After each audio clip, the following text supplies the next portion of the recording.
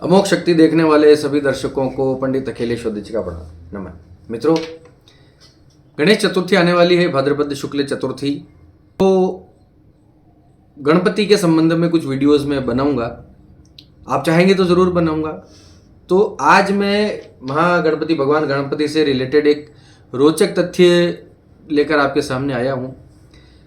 हम सब जानते हैं कि भगवान गणपति का वाहन जो है वो मूषक है। मूषक कैसे बना, चूहा कैसे बना? भगवान का शरीर इतना बड़ा है, हमारे गणपति जी का शरीर इतना बड़ा है, और चूहा जो है उनका वाहन कैसे बना? इसमें देखिए दो कथाएं आती हैं, ठीक है। एक ब्रह्म पुराण में है, एक गणेश पुराण में है। पहली कथा के अनुसार गजमुखासुर नाम का एक राक्षस था। उसको ये वरदान प्राप्त था कि वो किसी भी अस्त्र या शस्त्र से मारा नहीं जा सकता, किसी हथियार से उसको मारा नहीं जा सकता।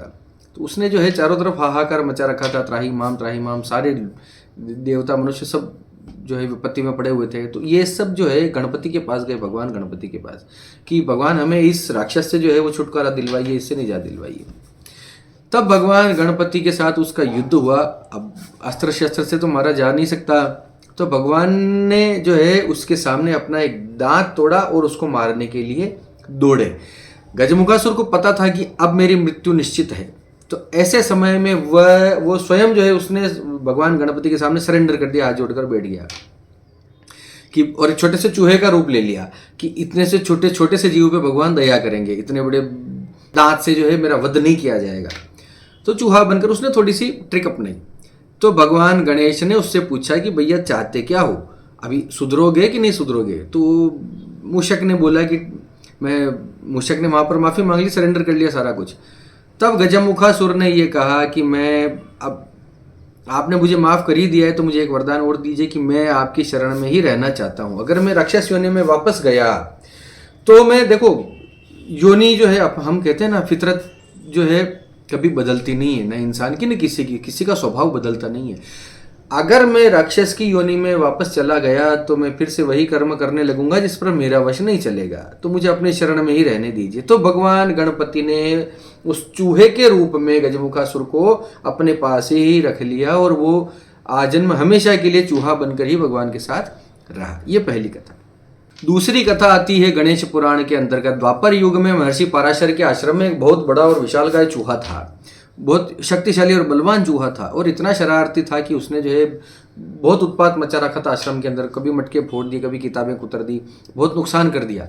तो उससे परेशान होकर महर्षि पराशर ने भगवान गणेश से विनती की कि इससे बचाइए।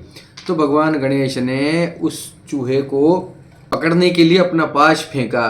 पाश से बचने के लिए चूहा पाताल लोक तक पहुंच गया। पाताल लोक तक भी उस पाश ने उस चूहे का पीछा नहीं छोड़ा, उसे बांधकर भगवान के सामने लेकर आया।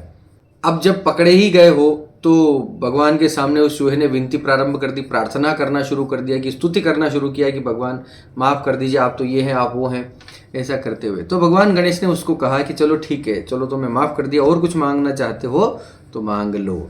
ऐसे में उस चूहे ने भगवान से ये कहा कि देखो दर्शन आपने दिए हैं मुझे, है ना, तो आप मुझसे मांगिए, आप क्या चाहते हैं। इस प्रकार से देखो कथा आती है। तो भगवान गणेश ने फिर उससे ये मांगा कि ठीक है, अब मैं मांगता हूं कि तुम हमेशा के लिए मेरे वाहन बन जाओ। तो ये दो कथाएं थी। बहुत सिंपल सा वीडियो बनने वाला है, लेकिन इसमें बहुत काम की चीज़ अब बता रहा हूँ, बहुत इंपॉर्टेंट चीज़ बता रहा हूँ, ध्यान से सुनिए। हमारे शास्त्रों के अनुसार गणेश जी का वाहन हम सब जानते हैं कि मूषक है, लेकिन हर युग में, सतयुग, त्रेता युग, द्वापर युग, कलयुग, चारों युगों में भगवान गणेश के वाहन अलग अलग बताए गए हैं। ये आपने जो है नई बात सुनी होगी। सतयुग में भगवान गणेश का वाहन सिंह होता है, शेर होता है। उसी प्रकार से त्रेता युग में भगवान गणेश का वाहन मयूर होता है, यानी मोर होता है। द्वापर में हमने अभी सुना कहानी, द्वापर में जो है उनका वाहन मूषक है, यानी चूहा है। और अभी कलियुग में भगवान गणेश का वाहन है अश्व, अर्थात घोड़ा। आपने कई पिक्चर्स में, कई फोटोज में, तंत्र शास्त्र जो लोग जानते हैं उसमें भगवान का कहीं वाहन गणेश मयूर बताया गया है, कहीं घोड़ा बताया गया है, कहीं सिंह बताया गया है, कहीं चूहा बताया गया है।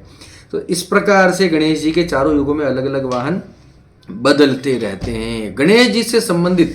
और सुनिए एक बात और बहुत इंपॉर्टेंट बताता हूँ, भगवान गणपति के रूप में ऐसे ऐसे अद्भुत तथ्य हैं हमारे बिल्कुल तंत्र शास्त्र भरा पड़ा है भगवान गणेश के मंत्रों से।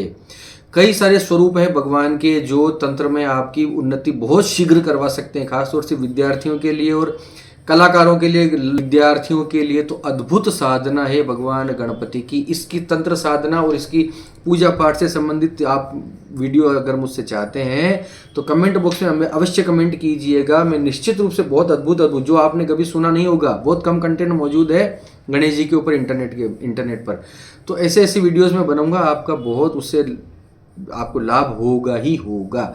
गणेश के बहुत बहुत अद्भुत स्वरूप हैं, उच्छिष्ट गणपति हैं, हरिद्रा गणपति हैं, महागणपति हैं, बहुत अद्भुत एक से एक ऐसे स्वरूप और ऐसे ऐसे मंत्र हैं कि आपका उद्धार हो जाएगा।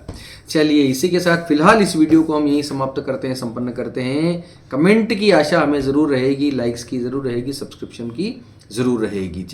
चलिए इसी के साथ आप सबके मंगल की कामना करता हुआ मैं पंडित अखिलेश ओदेचा आपसे विदा लेता हूँ। धन्यवाद। सर्वे भवन्तु सुखिनः।